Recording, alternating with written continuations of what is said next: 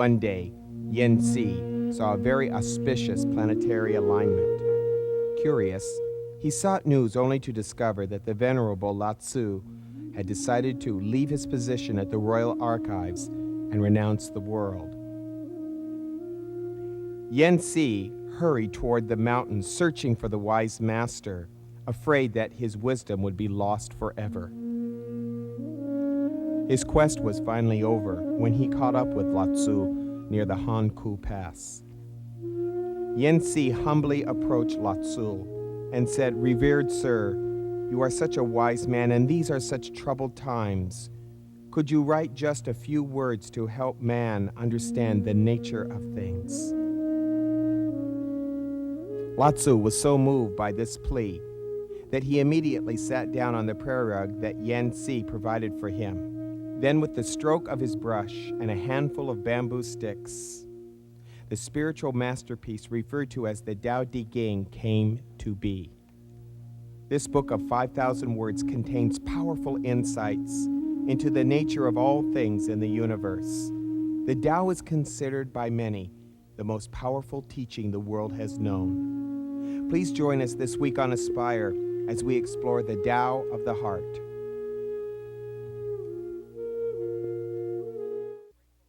Welcome to Aspire, and how grateful I am you chose to be with us, not only for our new programs, but for this very powerful series that I've entitled, From the Heart of the Tao.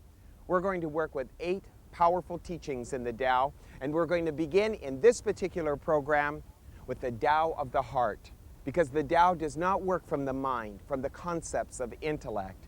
It works from the heart. Let me read to you number 1 in the Living Tao, and this will be our sutra and the basis for this program.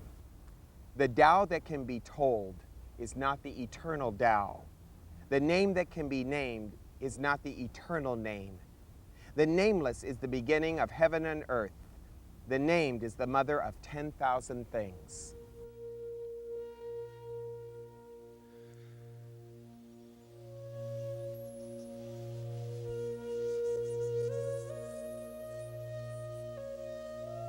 The Tao. It is the nature of all things. It is how things occur or how things happen. It is the light, it is the dark.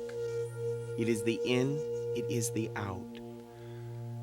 It is the moment, it is the essence, it is life. The Tao is God. But God can never be defined. Therefore, Lao Tzu seeks to offer to us a teaching of how life works, as God works. Impersonal, simply how things happen. God is not a concept or something that can be defined. Lao Tzu teaches in the Tao that God must be experienced, and our object is to be receptive. It is said of Lao Tzu that he became enlightened one day by laying under a tree and watching the tree shed its leaves, leaf by leaf blowing in the wind. And then he noticed one particular leaf that blew first to the west and then to the east, and then up again, and then down again, and then to the west, and then to the east, slowly finding its way down to the ground. It is said at that moment that Lao Tzu understood the Tao and how life works. His teaching is simple. It is practical for everyday living. It can be summed up in this way. Simply accept what is in front of you without trying to alter the situation to make it anything else other than what it is.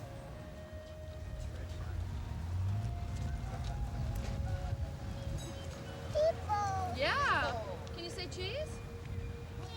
Yeah. The Tao is the natural order of things and how things work, rather than moving against the way things work, seeking to try to change it. We do not set up resistance. Rather, we move to the heart of the Tao, feeling the nature of how things work. And then, working with the heart of the Tao, we see there is no right answer or wrong answer, no good nor bad, no right nor wrong. There simply is the nature of how things come into being, how they rise, and then how they fall away. When our mind is no longer playing the game of right and wrong, good and bad, slowly the layers of disbelief, of ignorance, of fear, of jealousy, of pride slowly peel away, and all that is left is the heart of life, the heart of the Tao.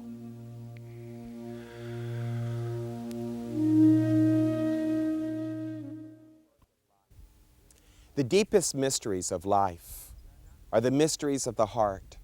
They are not mysteries of science, and they are not the mysteries of intellect. They are not the mysteries that surround us in nature. They are the mysteries of the heart. And when we get close to the heart, we begin to find that all of the mysteries begin to disappear. We begin to live the mystery rather than try to solve it. Our whole life has been trying to solve problems, if you begin to look at it. This problem solving of just trying to earn a living, the problem solving of science, the problem solving of trying to take nature and do something with it that we think we should be doing. But I think that the whole object of life is not to problem solve. I've begun to see in my own life that life is not a problem. We are the problem. Life is not a problem. And the mysteries that we seek to understand, the mysteries that we seek to unveil, so to speak, are not the mysteries that live outside of us. They are the mysteries that live within us. You and I will never be able to find the truest part of life if we are looking around us for our answers. The answers live within. And if we are ever going to find the deepest mystery to ourselves, we'll have to basically go to ourselves within us. But the mysteries that are to be solved within us are the mysteries of the heart, not of the head. We won't be able to solve them by looking around us at people and objects. I don't think there is a person watching this program right now that needs another book. I don't think there's another thing that we could put into our heads that will help us.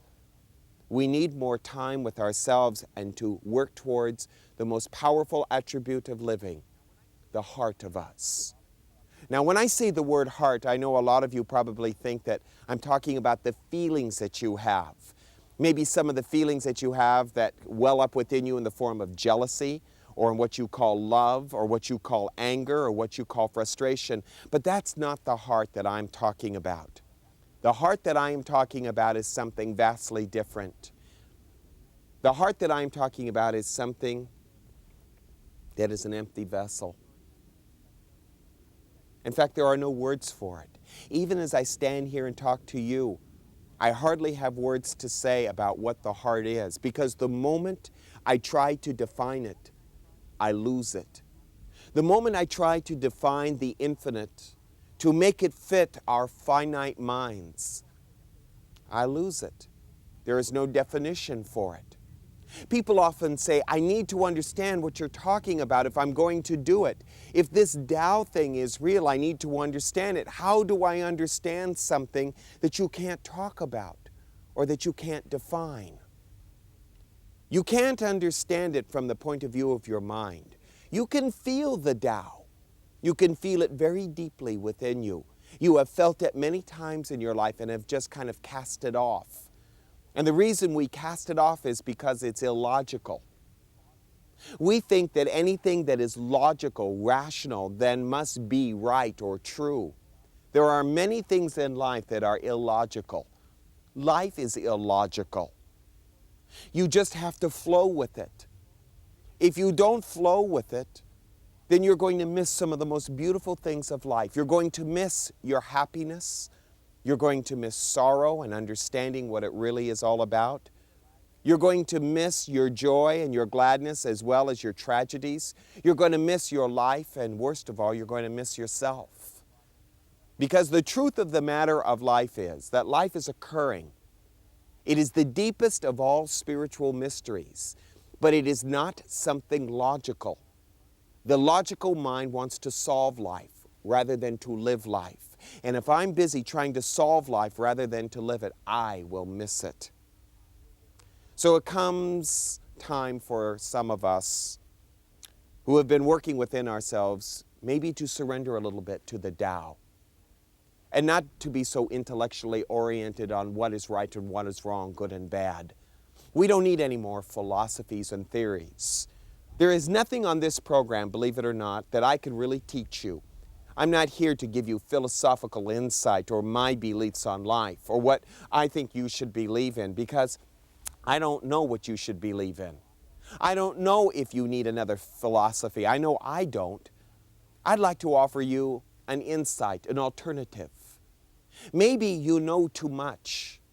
Maybe your head is filled with too much at this time, at this point in your life. Maybe it would be better for you to empty out. Let me say this to you about my own life and reveal a little bit of myself to you. For many years, my dear friends, I had all of the answers. I knew everything, or at least I thought I did. I had an education. I had the ability to speak. I had access to books, and I read and I studied, and I finally found out that I was no better than the last book I read. The things that I was teaching, the philosophies I was talking about wasn't helping anybody. They were just philosophies. And I was really no better than the last book I had read. Now my insight has changed. I began to see I'm not original. I'm not me. I haven't solved anything in my life because that's all I was looking for were problems to solve. And when you live like that, you don't find any resolution or any insight. And then came the Tao in my life. And it presented itself in the most unique way. It said, in essence, life is not to be solved. It's not a riddle. It's not a game. It does have a purpose, but you will find it only in yourself. That is when I began to look deeply within myself and began to see that the only thing that is important is to become empty. My favorite story about this, and it's a story that I feel kind of relates to a lot of us in this world, is a story about a philosophy professor who came to see a Zen master. He wanted to know a little bit more about Zen, but like all philosophers, so filled with his own knowledge and impressed with it, he goes to the Zen master and he talks and he talks and he talks about his philosophy and what he believes in. Finally, the Zen master asks him if he would like a cup of tea to wet his whistle, so to speak. And the philosopher said, well, yes, I have been talking a lot and I would like a little tea. It would be nice, refreshing. So the Zen master brings out the teacups and the teapot, and then the philosopher is going on and on and on and on about his philosophy and his beliefs. And the master gently pours the tea into the cup and keeps pouring the tea and pouring the tea. And as long as the philosopher is talking, he keeps pouring the tea until the tea's flowing on the floor. And finally, the philosopher wakes up and he says, look, you're spilling the tea all over the floor. And the master says, yes, and you're spilling all over the floor too. He said, how can I teach you anything about Zen when you're so filled with your own concepts? And then the master said, I need an empty cup. That's what the Tao needs. And if I may be just a little philosophical here, that's what God needs. He needs for us to be an empty cup. That we should be so empty that we would be available to God. The way we are now, we are not available to God. We have too many beliefs about what we think God is. We judge God according to what we see around us, how we see life moving, the mysteries of life that we try to solve, and we find answers that maybe aren't answers at all. They're our invention. The most daring step that you or I will ever take in our life is the step to the heart. Most people can't make the step because it requires a couple of things that we will talk about in just a few moments on our program. It requires that we become empty, that we let go of philosophical idealisms, that we let go of our religious beliefs, that for one moment in our life we finally say, not my will, but thy will be done. That is an empty cup. Not what I think should be done, not what I necessarily want to be done, not the problem as I want to see it solved, but to allow it to be solved through me. by not trying to intellectually come up with ideas and answers, but to allow the idea and the answer to come through us. The journey to the heart. It is only for the brave. It's for the bold. It is for the person who is not afraid of silence. It is for the person who is deeply aware of themselves, that the only real purpose that we have in life is the purpose of being at one with the Tao. Namaste.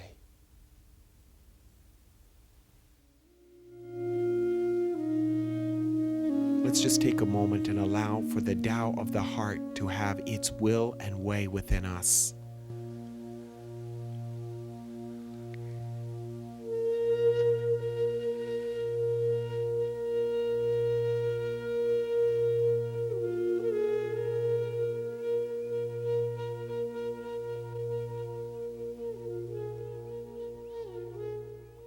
Let me give you some how-tos, the way to the heart, because no discourse like this would be any good at all without teaching you how to get there. The first thing is meditation. You don't need to keep reading your books, and you don't keep needing to fill your mind up with all sorts of intellectual information and insight. I think one of the basic faults that a lot of us have is that we think if we intellectually accept an idea, that all of a sudden we are that idea, and that's not true. Meditation is necessary. Long periods of time where we practice silence. You will find that silence is the most difficult thing that you ever achieve, and yet it is going to be the most rewarding thing you've ever achieved. Because it's only in our silence that we find ourselves, the depth of our heart. Spend 10 or 15 minutes a day, whatever it takes, practicing meditation. Before anyone becomes member here at the Center for Spiritual Awakening, I have them practice with me 15 minutes a day of meditation. They promise on their own to practice that. 15 minutes a day doesn't sound like a lot, but when you are practicing your breathing techniques and watching your breath, just the inflow and the exhale of your breath, you are practicing something very diligently. You are practicing the essence of yourself. It is the heart that you are finding. So practice diligently your heart. Practice breathing. Remain silent when maybe you wouldn't be silent. And practice that every single day of your life, so much so that it is incorporated in your daily living. The second thing is simply this. Allow truth, whatever that truth is, and truth will come in many different forms, to destroy any of the myths that need to be destroyed in you. Now, listen to me here.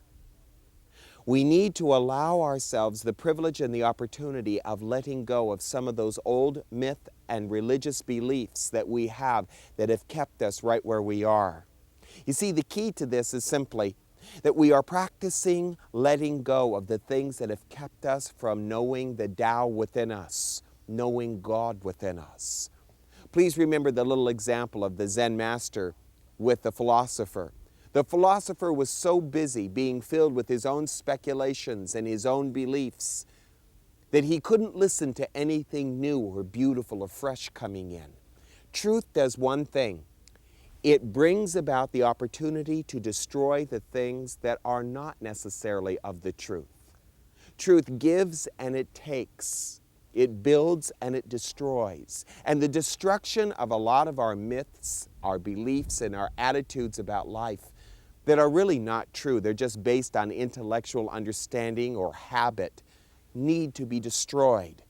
I know this is a hard thing for you to think about, hard for you to imagine. Most people don't want to change. The last thing in the world that most people want to do is change anything about them. But the more you practice diligence in your meditation, the more you watch your breathing inside, the more you will want to empty out a lot of those myths. You will want to let go a lot of those beliefs and attitudes that you've held to that are simply not you. They're not in keeping with your heart. A time of devotion and meditation and the diligence to allow things to be destroyed in you that you once cherished are the keys to becoming an empty vessel, so empty that you allow the Tao to flow through you. The last step, very interesting one. Difficult for most people again, You're going to have to live the mystery. No matter what other people may think of you, live the mystery of the Tao. Give when most people wouldn't. Forgive when most people wouldn't. Understand when most people can't. Allow yourself to live the spirit of the work through your heart. The moment you start living from your heart, you will find yourself less judgmental, less analytical. You won't be looking at things as right and wrong, good or bad. And when you aren't looking at life as right and wrong, good and bad, you are beginning to live the mystery of life. And you're going to find that's one of the most difficult things in life to do, to live the mystery without trying to analyze it. Working from that point of view brings about significant changes in us. It brings about the Tao of the heart, which is the only way we'll ever understand the meaning of life. Thank you for being with me. We'll be right back. You know, even in the hustle and bustle of a city that's this big and this busy, one can find the way of the heart quite easily. One just has to practice it. Everybody's busy thinking about where they need to go and what they need to do. Very few people ever think about who they are, what they are, and the value of themselves in this life. But that's a part of living, and everybody has their own experience. Even in San Francisco, I love this town. I love the spirit of it. There's a heart here, and it beats with the rhythm of life. It's a beautiful one, and it can beat within you and within me, in the city or without it. You see, the most important part of ourselves is still found within us. It's not in the areas that we are in. It's not in the environment we have. It's in the heart of ourselves. You'll find the meaning of your life in you. And when you seek your heart rather than your head, seeking more who you are than the information that may be around you, you begin to find significance in your life. What a wonderful experience it is to be a human being and to be living. Be having the opportunity of being among the people in the marketplace and still keeping an equilibrium within your heart, remembering that the only value of yourself is not in the things that you do, but in the heart of your life.